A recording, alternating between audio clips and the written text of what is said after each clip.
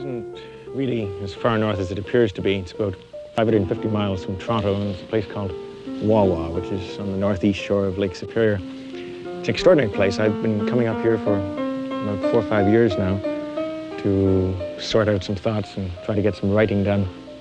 And something very strange happened to me the first time I was up here. I was away for about 2 weeks, away from Toronto and away from cities and away from city living and city thinking.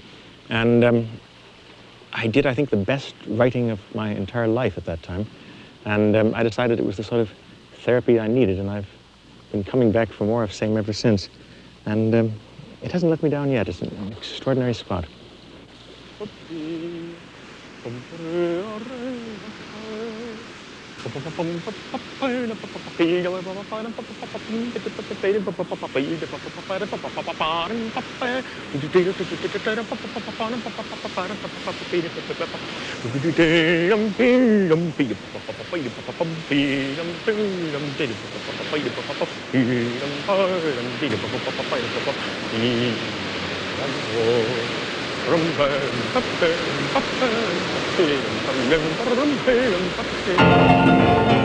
One thing that explains the enchantment of a place like Wawa is that when you come here, you're virtually forced to set aside all the silly, superficial notions of escalation, emotional escalation, for instance, that govern one's life in the city. I think perhaps that's really why I don't like life in the city and don't see it as any sort of future for myself, much less for anyone else who really wants to step outside the frame of their particular life and think about it in some perspective. People in these small towns really do have that kind of perspective. In some ways, I think they have a much better, tighter, closer perspective on what they're doing, what they want to do, what they can do, what their potentialities are, than most of us city slickers allow. There are some extraordinary insights available to people who have put their life in a deep freeze and set it aside and said, we will now look at it and see it against what it could have been had we lived elsewhere. And I suppose in a sense that's what I'd like to do, and that's why I come here. The kind of people that I need around me for the most part are not artists.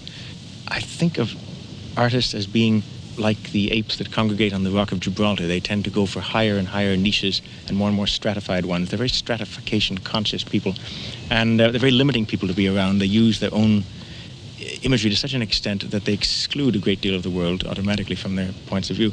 The most interesting people to have around one are people who are in a position to make synoptic judgments, diplomats, foreign service people, people in communications, journalists sometimes if they don't get too caught up in the cliches of journalism, but definitely not artists. They're all Gibraltarians. I can't imagine a life in which I would not be surrounded by music, and I mean that in the McLuhan sense of the word. I mean that I absolutely enjoy being surrounded by a sort of electronic wallpaper, having music everywhere about me. I think that it gives a certain shelter, it sets you apart, and I think that the only value that I have as an artist, the only value that most artists have, even whether they realize it or not, is their particular isolation from the world about which they write and to which they hope to contribute. I couldn't contribute without that isolation. I would have been very, very unhappy as a 19th century man.